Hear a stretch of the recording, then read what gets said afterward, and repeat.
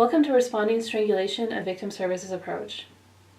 Today our training objectives are: identify victim reports of strangulation, understand the long and short-term consequences of a strangulation event, assist survivors of strangulation as a non-initial response contact, and finally the statutory responses to strangulation and what tools we have as advocates to support survivors. So first, what is strangulation? Strangulation occurs when blood to the head is cut off by constriction. So anytime there is something held up against the neck that limits the blood going to the head. Unconsciousness can appear in seconds and death within minutes of a strangulation event. Any type of neck restraint can result in strangulation, so hands and belts and cords. There are also times where things like neckties or pantyhose can be used. Basically anything that's an external force against the neck to prevent blood flow to the brain can be considered strangulation. Now this is a little bit different than choking. Choking is when there's something internal in the throat that's constricting the airway. Think of strangulation, think of something being external that is obstructing the airway.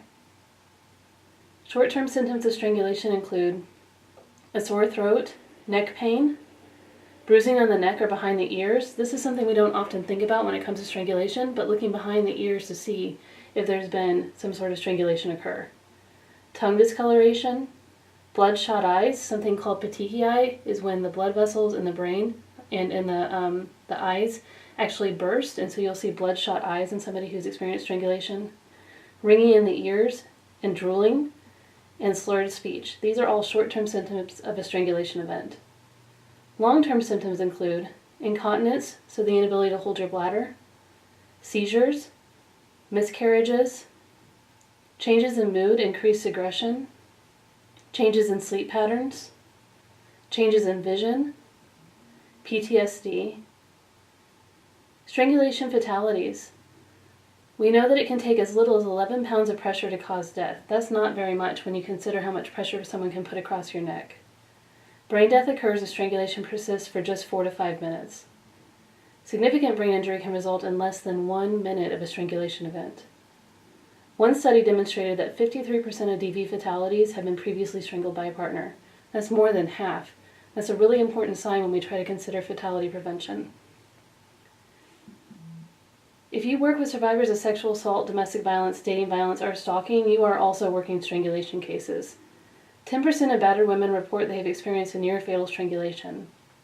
68% of women in one shelter reported being strangled over 5 times in their relationships. Odds for homicide increases 750%. 750% for victims who have been strangled. That is profound. Strangulation is a sign of chronic abuse. Generally, this means there's really intensive physical, emotional abuse that is occurring in this relationship. It often corresponds with other significant physical and emotional abuse. Strangulation is often minimized by victims and overlooked by victim service professionals. Victims and also professionals have been trained to look at the bruises or the cuts on an arm or the black eye, and we haven't really been taught that strangulation is actually a very, very serious sign and a very big danger sign for fatality. Many times victims may not understand the danger and again can point to cuts or bruises instead of explaining that they could have been choked, in their words. So how to identify strangulation? Victims generally don't use that word, strangulation. That's a word that we use as professionals. Words that are more often used are choked, headlock, pressed, held, or grabbed. So if you have a survivor who's telling you that he grabbed me by the throat or he choked me, what they might actually be describing is a strangulation event. Ask your clients if they've ever been choked or if their partner has put their hands around her neck.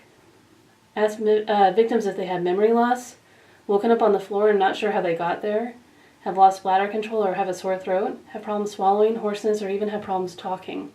These are all signs that strangulation has occurred. If strangulation has occurred, encourage the victim to seek medical treatment. Symptoms of brain damage can take hours, days, or even weeks to emerge. Explain calmly and compassionately the dangers of being strangled.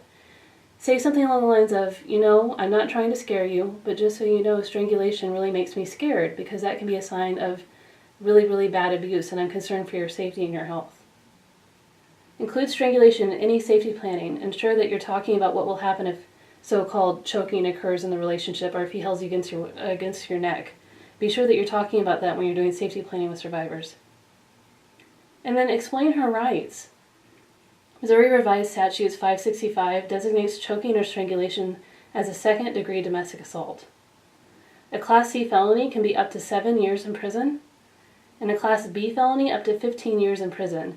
When you consider what prosecutors have in terms of charging power, 7 and 15 years in prison for a strangulation event is a really important amount of time when you think about it being a crime. So this is something that prosecutors could really use if a victim is disclosing that they could have been strangled. Victims have the right to file a police report if that's something that they're comfortable doing. They can press charges for an assault. They can petition for an order of protection or an ex parte. And also, remember, strangulation is a very, very traumatic experience. This is something that is truly scary and frightening. And during the time that a strangulation is occurring, you can honestly feel like you're going to die.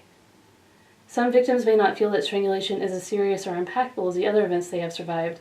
They may think that another event that they've lived through is actually the scariest thing they've ever had happen. But just honoring that and understanding that when you're talking with victims, if they may have been strangled, that they may not see it as scary or as frightening as we do. And advocates should assist victims on their own terms. Build strangulation screening into your intake procedures. What kind of questions are you answering or asking for them to answer? Are you saying things like, has he ever put his hands around your throat? Has he ever held you up against the wall or against the floor? Has he ever put something around your neck? Has he ever tried to choke you?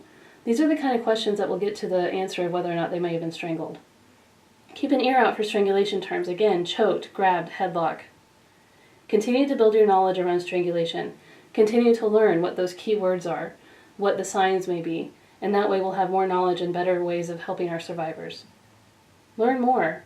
There's some really great things out there for us to learn more about strangulation. There's the Training Institute on Strangulation Prevention, the Strangulation Institute Library, International Association of Forensic Nurses, the California District Attorneys Association, the International Association of Chiefs of Police, the National Domestic Violence Hotline, Danger of Strangulation, and then the Missouri Revised Statutes if you have any questions about the legal ramifications of a strangulation event. Finally, strangulation is a really important but also very scary part of our work. I think the more that we can learn about it, the better we can assist our survivors, and I encourage you to continue to learn more. Thank you.